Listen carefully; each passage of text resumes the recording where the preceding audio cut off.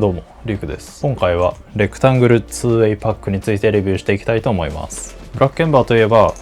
このように 2way で持てるフォージが有名ですが、このモデルはかなり機能を削ぎ落とした、どちらかというとビジネスシーンに特化したモデルで、無難なアプローチなので、正直そこまで期待はしていなかったんですが、実際に使ってみたらものすごい使いやすかったので、使っていて良かった点、少し気になる点、話していこうと思います。それでは行ってみましょう。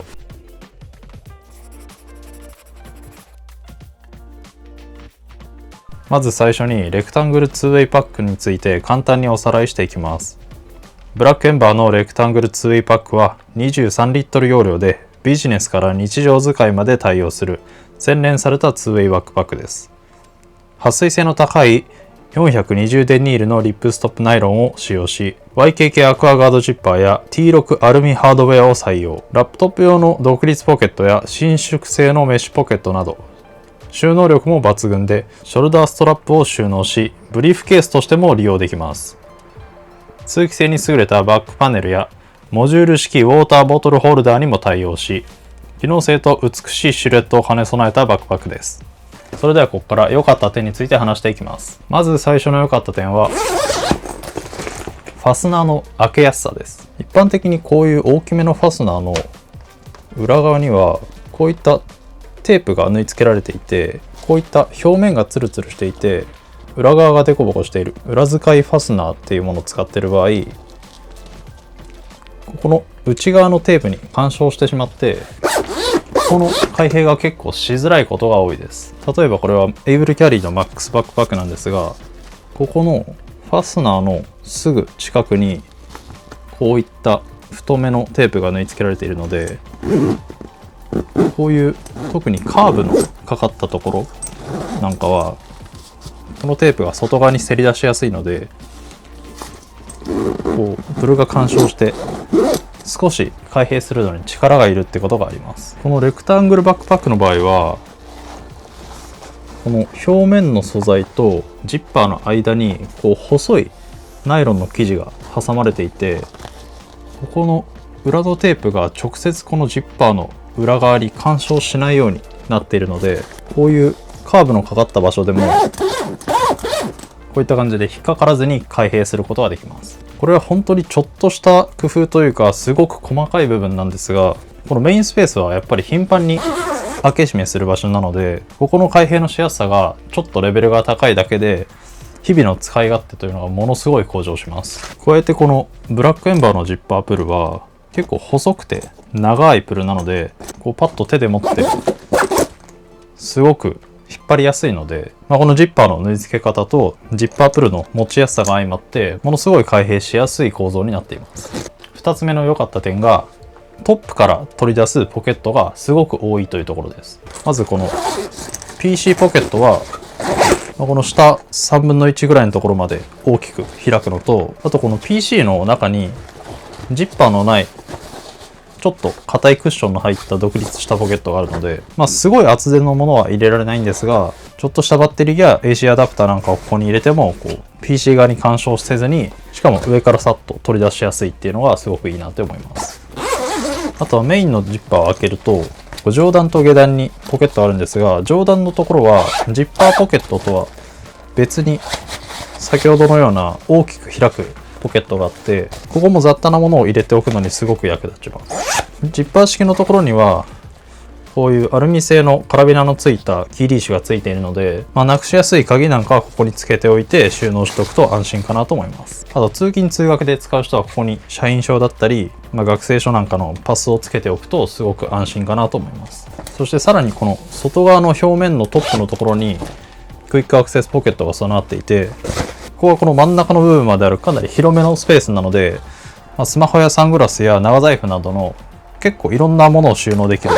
クイックアクセスポケットが備わっています。あとこの下段の部分も上から収納すると、この上部と同じぐらいの容量のポケットになっていて、外側だったり内側に上からアクセスできるポケットがものすごくたくさんあることがわかります。特にこの上段に位置するポケットが多いので、これは何でいいかというと、主にメインスペースにおいてはこうカバンの中は下に物が溜まっていってしまうんですが、こういった真ん中で止まるようなポケットが多いと、このデッドスペースになりがちなカバンの上側を有効活用して、均等に物を配置することができるので、重量分散で軽く感じるっていう観点でもすごく優れていますし、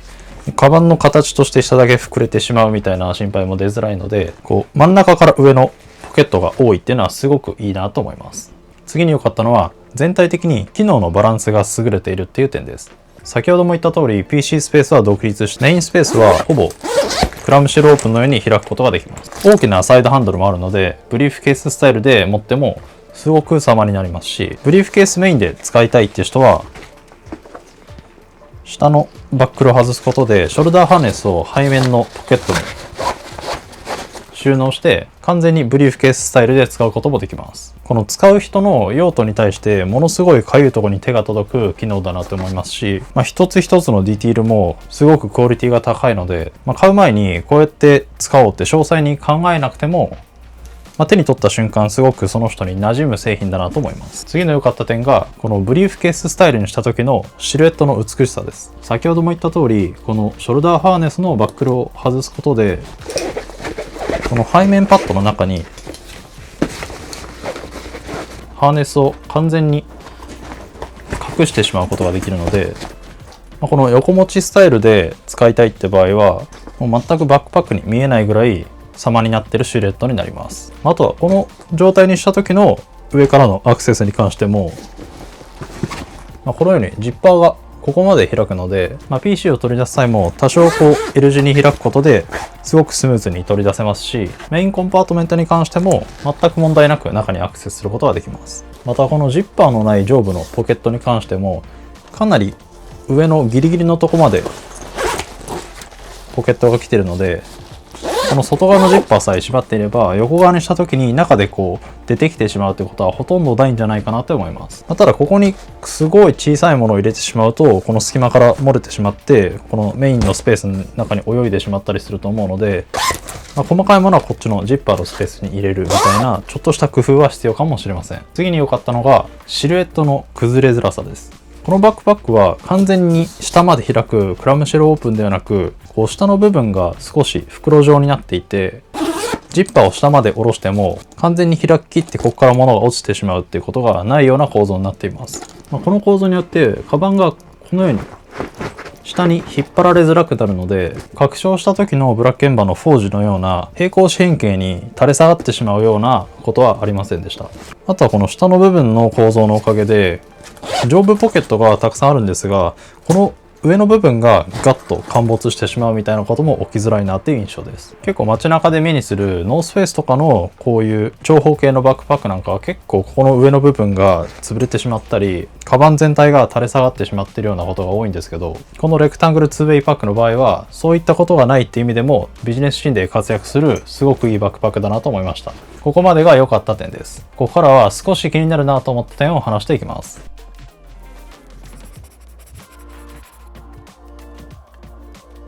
まず一つ目は、この表面部分の下の段のポケットの入り口がちょっとだけタイトだなっていう点です。このポケットは下から見ると分かる通りちょっとマチがあって、容量としてはすごく大きいポケットです。ただ横から見ると分かるんですが、この横の部分はジッパーがここまでしか開かないようになっているので、この入り口自体はちょっと狭い作りになっています。幅としてはこの iPad mini が横向きで入るぐらいの幅です。今はこれ何も入れてない状態なので全然こうやって開くんですけど、このように中身を詰めた状態でこのポケットにアクセスしようとすると結構タイトになっちゃうのがわかるかと思います。上部ポケットが豊富なので、全然カバーしきれる範囲だと思いますが、ここの使い勝手が少しだけ悪くなってしまうのがちょっとだけ気になるなと思いました。次の気になった点がボトルポケットがないっていうところです。ボトルポケットがないので、こういった濡れた折りたたみ傘なんかは当然外側に収納することはできません。別売りで売ってるオプションのボトルポケットを多分この上の部分に付けられるとは思うんですが、それを付けると結構シルエットが変わってしまうので、この状態でボトルポケットがどこかに装備されてるとすごく完璧なバックパックに近いなと思いました。例えばウェクセレイのアクティブパックなんかは結構浅めではあるんですが、この下の部分に伸縮性のポケットがあって、これがあるだけでもちょっと雨が降って止んだ時なんかにここに傘をさっと入れて乾かしておくことができるので、幅的にもこれぐらいの浅さだったら実現できたんじゃないかなと思います。ただボトルポケットつけると外側に情報量が増えてしまうので、ここは好みの問題だなっていうのと、よりシンプルなデザインがいいっていう人にとってはこっちの仕様の方が全然いいんじゃないかなって思います。次に気になったのがショルダーハーネスの収納に関してです。ご覧の通りショルダーハーネスを収納することはできるんですが、収納したり取り出したりするのは結構めんどくさいです。ブラックエンバーのシャドウっていうちょっと前の製品は、ここのハーネスの収納がバックパネル自体が展開して、こういったハーネスベルトの付け外しみたいなことをしなくても一発で収納できるような画期的な機構がありました。もちろんあの構造も万能ではなく、重量が増しちゃったり余分なパーツが増えて値段が上がったり結構デメリットも多いんですが、ハーネスを一瞬で収納できるっていう意味ではものすごい画期的なデザインだったので、それに比べてしまうとちょっと前の時代のシュタデル R2 とかの収納方法に戻ってしまったなっていう印象です。そもそもこのハーネスを頻繁に出したりしまったりするっていう人がそこまでいるかって言われるとそうでもないと思うのと、あとはこのバックパックはここにラゲージパススルーがついてるので、収納せずにここにチェストストラップなんかを留めて簡易的なブリーフケーススタイルにしてしまうことで全然使い勝手はいいとは思うんですが、このブラックエンバーシャドウの構造はかなり好きだったので、それに比べてしまうとちょっと見劣りするなといった印象です。ここのハーネスの収納の用途としては出先でパパッと収納するってよりは、家から出る前にバックパックスタイルにするかブリーフケーススタイルにするか選んだ上でもう一日そのスタイルをずっと貫くっていう運用になるかなと思います。ここまでが少し気になる点でした。全体的なバランス、ビルドクオリティやジッパーの話でも触れた通り、この使いやすさへのこだわりという意味ではものすごい高いレベルでいろんなものが融合している一つの製品だなと思います。僕がこれから制作しようとしているバックパックもこのバックパックをデザインしたイノヤというブラックエンバーの日本代理店で制作しようと思っています。僕はカバンを作るデザイナーではないですし、実際に縫製をする職人でもないので、この細部の使いやすさに対してものすごい高いレベルであるっていうのはすごく期待が持てるなと思いました。もう一つの日本限定モデルのトータスバックパックは僕の期待値をそこまで上回らなかったんですが、逆にこのレクタングルの場合は日本のサラリーマンとか通学とかで使う人に特化したデザインだったり使い勝手なんかを絶妙に合わせた製品になっているので、こういったシルエットのバックパックが好きな人はかなりいい選択肢になるんじゃないかなと思います。以上になります。こんな感じでこのチャンネルではバックパックのレビューや日々に役立つ情報を発信しています。もう一つのチャンネルのイミグラムでは言葉では表現しきれないバックパックの魅力を 4K 映像で隅々まで見ることができます。ぜひこちらもチェックしてみてください。X、Instagram、TikTok もやっています。ぜひフォローお願いします。あと YouTube メンバーシップもやっています。僕の作ってるバックパックに興味を持ってくれてる人は意見交換の場だったり先行販売なんかの特典も用意する予定なので、もしよかったら概要欄から参加してみてください。最後にこの動画が面白いと思ったらグッドボタンとチャンネル登録よろしくお願いします。最後までご視聴いただきありがとうございました。それではまた次の動画でお会いしましょう。バイバイ。